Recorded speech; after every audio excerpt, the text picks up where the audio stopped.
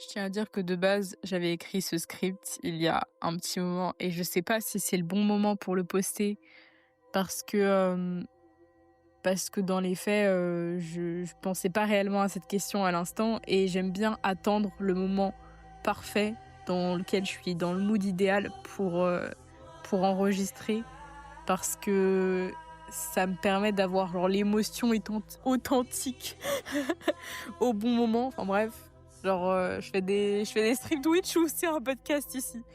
Bref, tout ce que je voulais dire, c'est que j'en suis à une période où je viens de finir mes études. Et là, dans ce podcast, cet enregistrement en tout cas, je vais parler du fait de la peur de perdre le lien avec ses amis.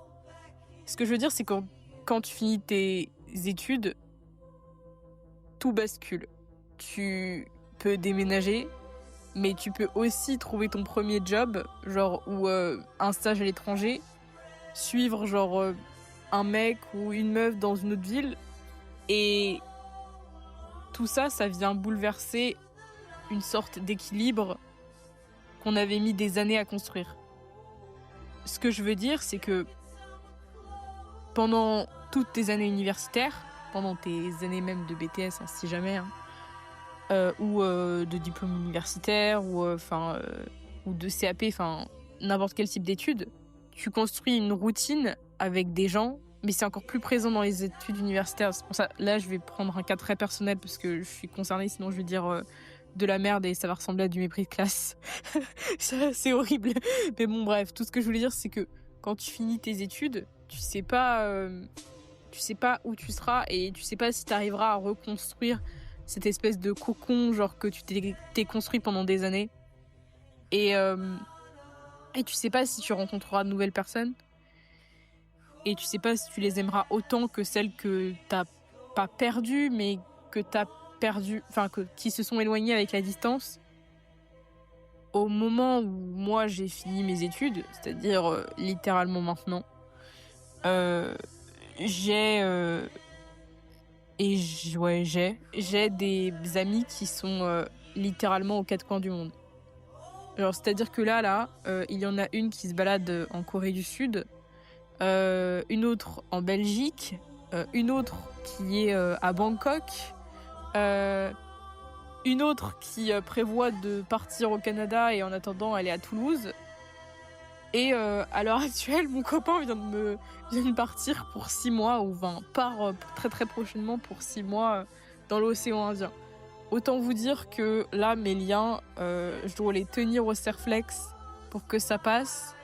Et c'est très étrange de me retrouver dans cette situation, alors même qu'ils ont été les piliers de ma vie, toutes ces personnes, pendant genre des années. Tout ça pour dire que lorsque il y a eu les déménagements qui se sont multipliés, je me suis posé la question de est-ce qu'on allait réussir à maintenir le lien pour préserver ce qu'on avait construit pendant des années.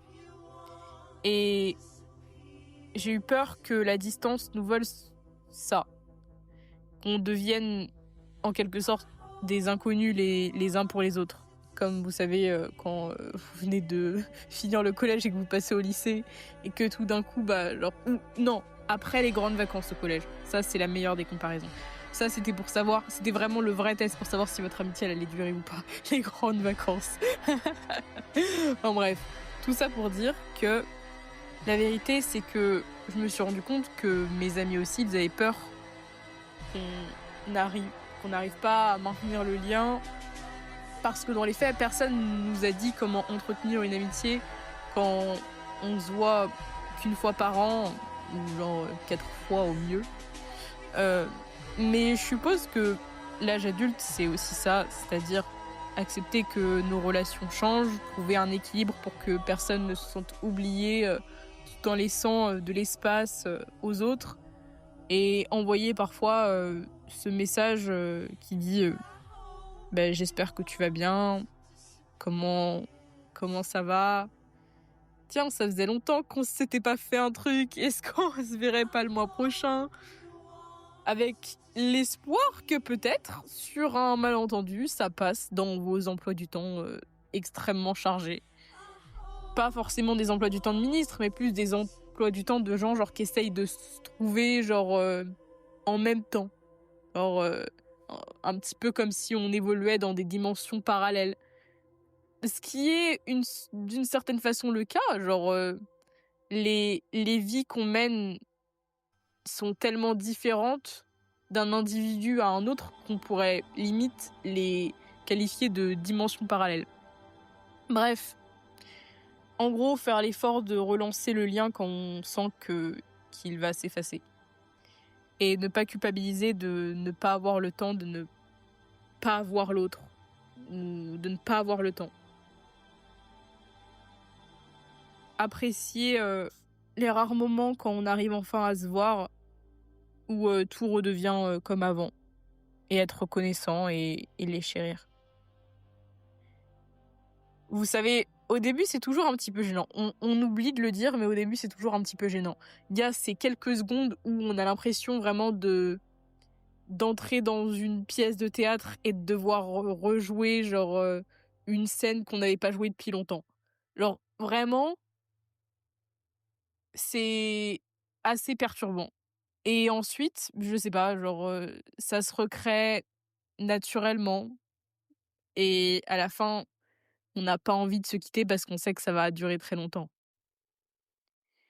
Bref, ce podcast, il a vocation à nous rappeler toutes les fois où on a passé la nuit à parler avec nos potes, à pleurer ensemble, à critiquer nos profs ensemble, à parler de nos réussites mutuelles, de nos accomplissements, comme dirait l'autre. Et en gros, ce podcast, il est pour se rappeler, des personnes qui comptent pour nous.